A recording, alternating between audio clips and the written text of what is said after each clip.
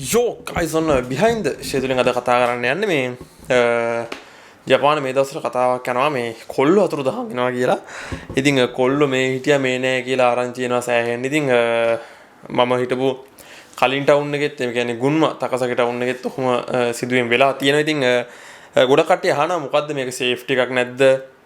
ඇයි මෙහෙම තරුණ කොල්ලෝ අතුරු දහන් වෙන්නේ කියන එක සම්බන්ධව ගොඩක් කට්ටිය වහින් අහලා තිබ්බා.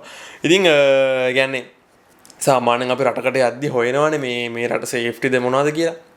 ඉතින් ඒකකොට ගොඩක් කට්ටිය ඔබලද්දි මේ දවස්වල ওই නිවුස් එක සමහරක් අය දැකලා තිබ්බදී. ඒක නිසා ගොඩක් කට්ටිය අහලා තිබ්බදී ඒක ගැන කතා කරන්න තමයි අද මම මේ වීඩියෝ එක ඔයගොල්ලන්ට කරන්න. ඉතින් එහෙනම් අපි වැඩි කතා නැතුව වීඩියෝට යමු.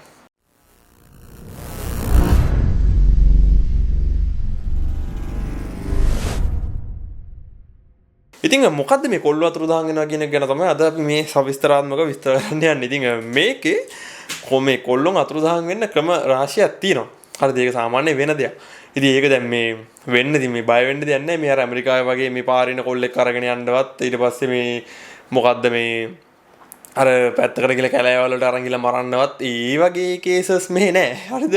සේෆ්ටි එක පැත්තෙන් තියෙනවා. ඒක නැති කරගන්නේ අපේ අයම තමයි. ඉතින් ඒ කියන්නේ ඒක වෙන්න කරුණු රාශීන් ගොඩක් තියෙනවා. එකක් තමයි මත්ද්‍රව්‍ය.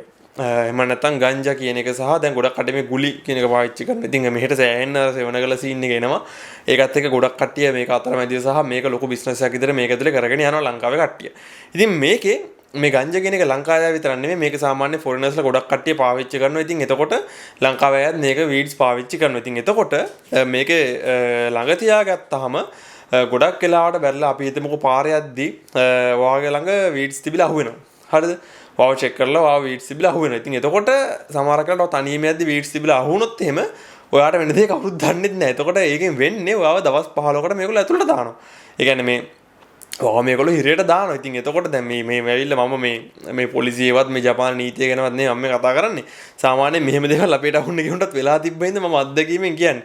ඉතින් එතකොට ඔයාව ගිහලා පොලිසියට දානවා. ඉතින් සමහරක් වෙලාවට ඔයාට වෙන දේ ඔයා දන්නේ නැහැ. ඒ කියන්නේ වීඩ්ස් ළඟ තියාගෙන අහුනොත් එහෙම. ඉතින් එතකොට ඔය වගේ දැන් වීඩ්ස් ළඟ තියාගෙන අහුවෙලා සමහරක් කට්ටිය යාළුවෝ ෆෝන් නම්බර්ස් වලින් කතා කරලා යාව හොයාගෙන යනවා කියමුකෝ. සමහරක් වෙලාවට සමහරකට යාළුවන්වත් අහුවෙන්න අවස්ථා තියෙනවා.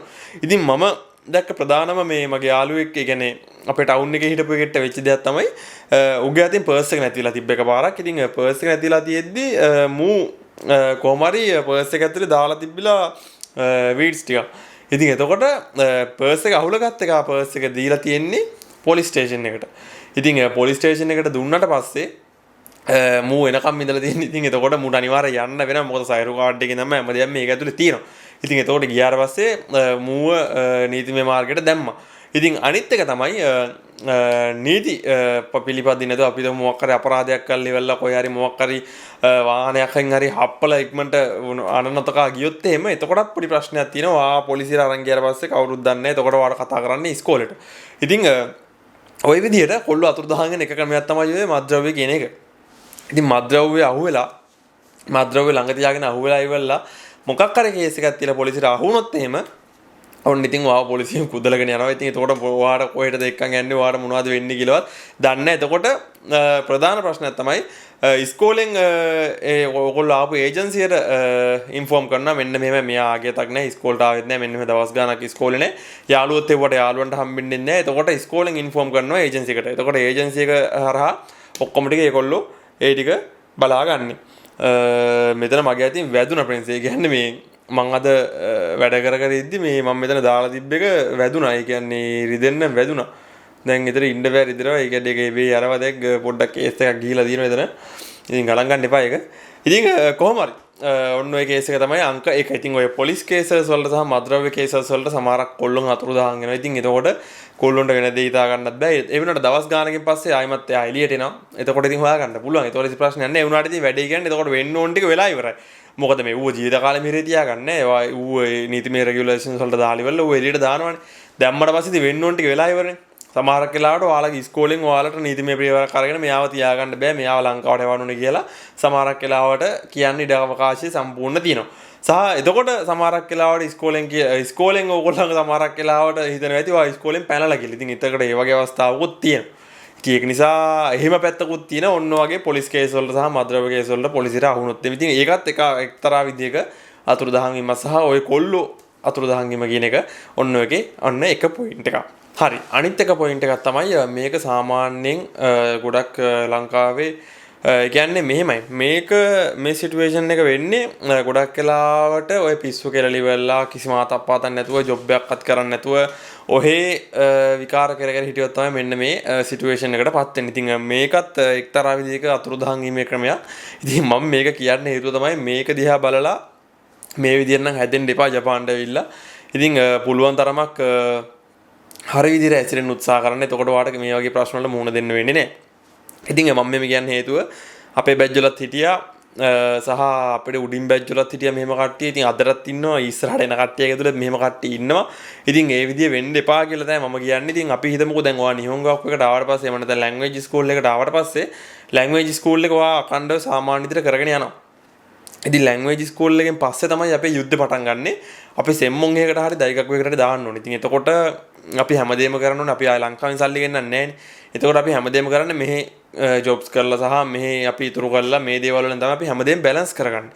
ඉතින් එතකොට අපි ඒ බැලන්ස් කිරිල්ල අපිට හරියට කරගන්න බැරි වුණොත් එහෙම නැත්නම් අපි හරියට ජොබ් ටික හරියට කරගන්න බැරනොත් එimhe අපිට වෙනවා ලොකු දේවල් වලට ප්‍රශ්න වලට මුහුණ පාන්න.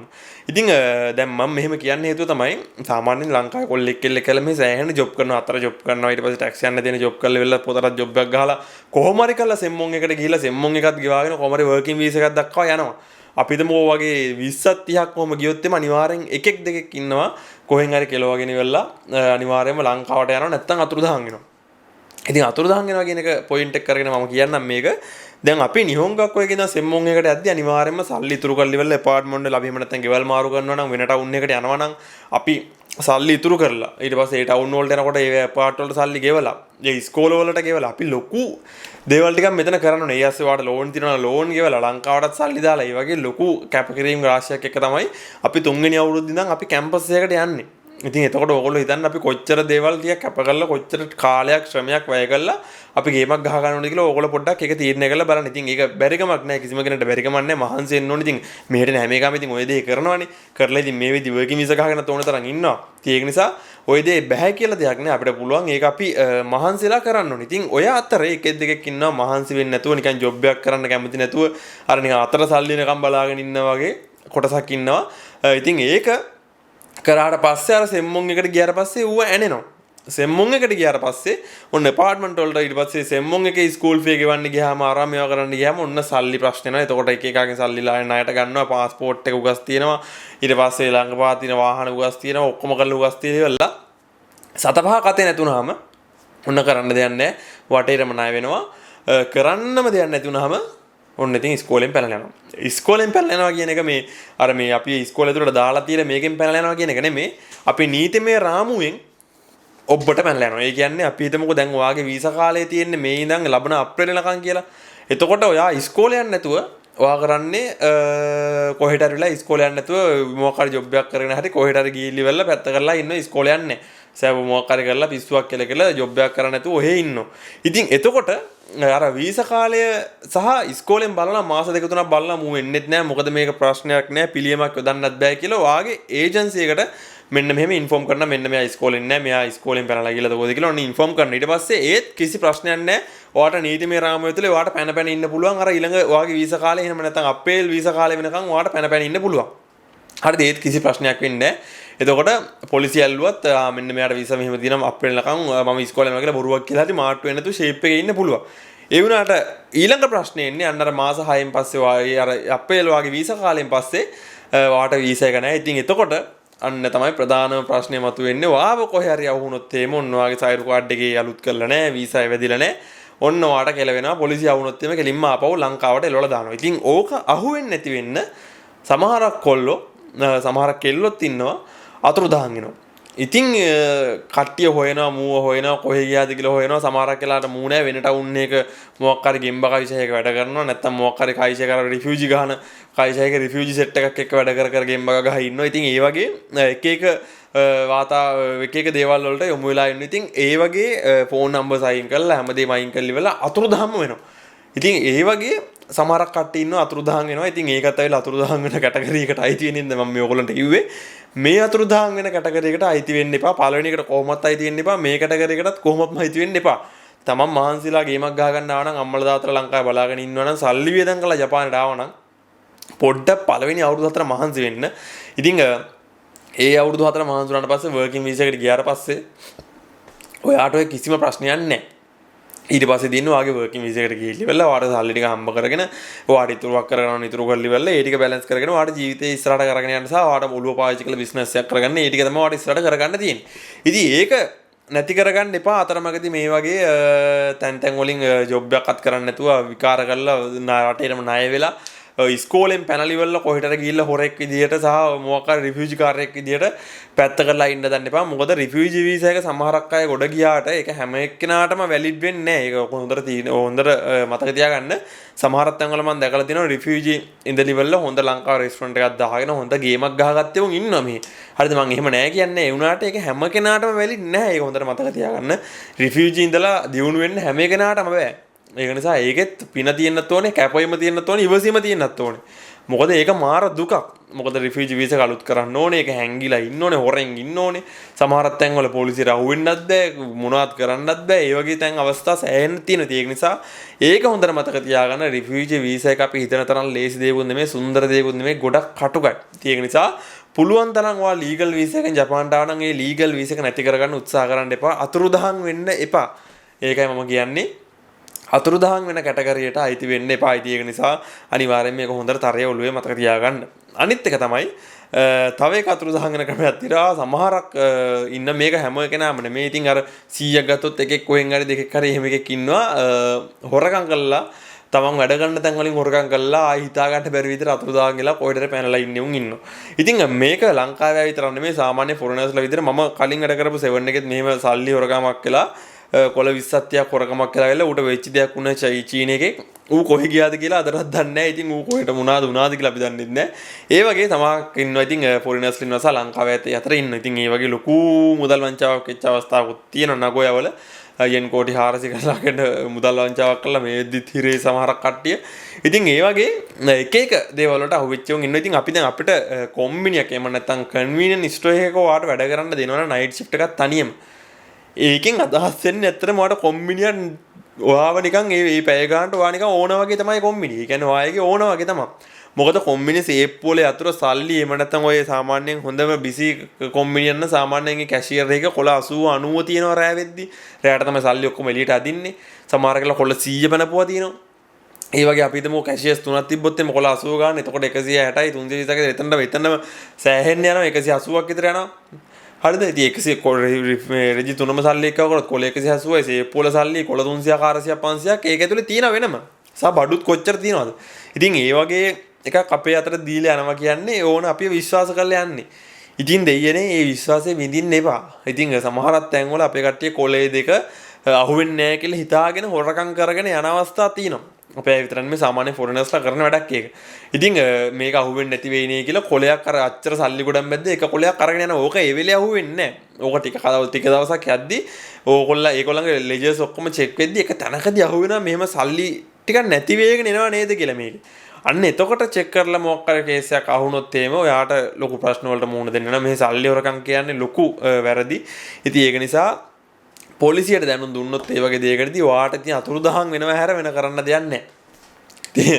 ඒක නිසා ඒකත් හොඳට තරයේ ඔළුවේ මතක තියාගන්න. ඒ වගේ දේවල් වලට යමු වෙන්න එපා. ඔයාට විශ්වාස කරලා ඉවල ඔයාට පඩියක් ගෙවලා ඔයාට ජොබ් එකක් දුන්නොත් අර ගොඩක් සල්ලි අත ගාද්දි ඒ වගේ හැංගීමක් එන්න ඉඩ අවකාශය තියෙනවා. ඉතින් ඒ වුණාට ඒක කන්ට්‍රෝල් කරගෙන එච්චර සල්ලි ගොඩක් තියෙද්දි එකක් ගත්තොත් අහුවෙන්නේ නැහැ කියන මතයට යන්න හිතන්නවත් එපා. අහුවෙනාම තමයි. හරිද? ඒක නිසා කොහෙන් ගියත් අහුවෙනාම තමයි. සල්ලි හොරකම් කරන්න යන්න එපා. කොම්බිනි එක කොම්මි කන්වීනියන්ට් ස්ටෝර් එක සහ ගොඩක් රෙස්ටොරන්ට් එකක උනත් රැයට තමයි සල්ලි ගණන් කරන්නේ. තනියම ඉන්නවා නම් ඉතින් ඒ වගේ සල්ලි ගණන් කරන වැඩ කරනවා නම් සල්ලි ගොඩක් අතර එද්දි අප්පා ස්කූල් ෆී එක ගෙවලත් නැහැ නේද? ලංකාවට සල්ලි දෙම්බෙන්නේ නැහැද කියලා හිතාගෙන කොළ දෙකක් සාවක් විදා ගන්න යන්න හිතන්නවත් එපා. ඉතින් ඒක නිසා අර නිකන් නයිට් ෂිෆ්ට් එකේ වැඩ කරන ගමන් ඉතින් සල්ලි දෙන්න තුව කෑමක් කියන්නේ කෝපි එකක් බොන එක වෙනම කතාවක්. ඒක සාමාන්‍යයෙන් ඒවට මොනවත් කියන්නේ නැහැ ඕනර්ස්ලා. සල්ලි හොරකම් කරන එක කරන්න යන්න එපා. ඉතින් ඒක නිසා ඒකත් හොඳට තරයේ ඔළුවේ මතක තියාගන්න. ඉතින් ඔන්න ඔය වගේ විදියට කොල්ල අතුරුදහන් වෙනවා කියන එක සාමාන්‍යයෙන් මෙහෙ වෙනවා. ඉතින් ඔය කියන විදිහට තමයි අතුරුදහන් වෙන්නේ. නැතුව මේ අර ජප්පු ඇවිල්ලා අපිව උස්සගෙන ගිහිල්ලා මේ මරණ තරංජන කරන එකවත් අපි ගස්වල බැඳලා වගේ පුටු වල බැඳලා වගේ වද දෙන ඒවත් ඒව නෑ. කොල්ලෝ අතුරුදහන් වෙනවා කියලා කියන්නේ ඔන්න ඔයගේ වැරදි වල සහ ඔය වගේ අපි හිතන්නේ නැති දේවල් කරලා තමයි අපි අතුරුදහන් වෙන්නේ ශනිකව. ඉතින් ඒකත් හොඳට ඔළුවේ මතක තියාගන්න සේෆ්ටි එක පැත්තෙන් එහෙම එකක් නෙමෙයි විතර තියෙන ප්‍රශ්නේ. අපි කරන වැරදි වලට අපි විසින්ම වලකපාගෙන අපිව අතුරුදහන් කරගන්න වැඩට තැනට අපි පත් කරගන්න එක තමයි ඔය වෙන්නේ. ඉතින් ඒක තමයි ඔය කොල්ල අතුරුදහන් වෙනවා කියලා මෙහි කට කතාවක් කියන්නේ. ඉතින් එහෙනම් ඔන්න මම සවිස්තරාත්මක පොඩ්ඩක් කරන්න විස්තර කරා. තමන් ගතේ තමයි ගේම ගහ ගන්න එක සහ තමන් ගතේ තමයි ඩිසිප්ලින් එක තියෙන්නේ. ඩිසිප්ලින් එක නැති තැන කිසි කෙනෙක්ට රැඳීමක් නැහැ. ඒක නිසා ඩිසිප්ලින් කියන එක අංක එක කොහෙ ගියත් මේ රට නෙවෙයි මොන රටකට ගියත් සහ ලංකාවේ හිටියත් ඩිසිප්ලින් එක තියෙන එක තමයි දියුණු වෙන්නේ. ඉතින් ඒක නිසා ඩිසිප්ලින් එකක් තියාගන්න අනිවාර්යයෙන්ම තම ඩිසිප්ලින් එක කියන්නේ මේ ටයි කෝඩ් දාගෙනවත් යන එකවත් එහෙම එකක් නෙමෙයි. ඩිසිප්ලින් එක කියන්නේ ස්වයං කන්ට්‍රෝල් තමන්ව ස්වයංව කන්ට්‍රෝල් කරගන්න පුළුවන් නම් අන්න එතන තමයි ඩිසිප්ලින් එක තියෙන්නේ. ඉතින් ඒක නිසා ඒකත් හොඳට තරය ඔළුව මතක තියාගන්න. ඊළඟ වීඩියෝ එක හම්බෙමු එහෙනම්. සෑහෙන වීඩියෝ වල රෙකෝඩ් කරලා තියෙන මේ ටික ඔක්කොම එකපාර මම ටික ටික දාගෙන යන්න. එහෙනම් අපි ඊළඟ වීඩියෝ එක හම්බෙමු. සබ්ස්ක්‍රයිබ් කරලා නැත්නම් සබ්ස්ක්‍රයිබ් කරන්න. බෙල් අයිකන් එක ක්ලික් කරන්න අමතක කරන්න එපා. ඉතින් මෙන්න මේ ෂර්ට් ටී-ෂර්ට් එක මෙලදී ගත්ත නැත්නම් අදම ඕගොල්ලෝ මෙලදී ගන්න ඩිස්ක්‍රිප්ෂන් එකේ ඔක්කොම මම ඩීටේල්ස් ටික දාලා තියෙනවා. ඕගොල්ලන්ට පුළුවන් ෂර්ට් එක මෙලදී ගන්න. WhatsApp නම්බර් එකක් තියෙනවා. ඒකට ප්‍රී ඕඩර් එකක් දාන්න.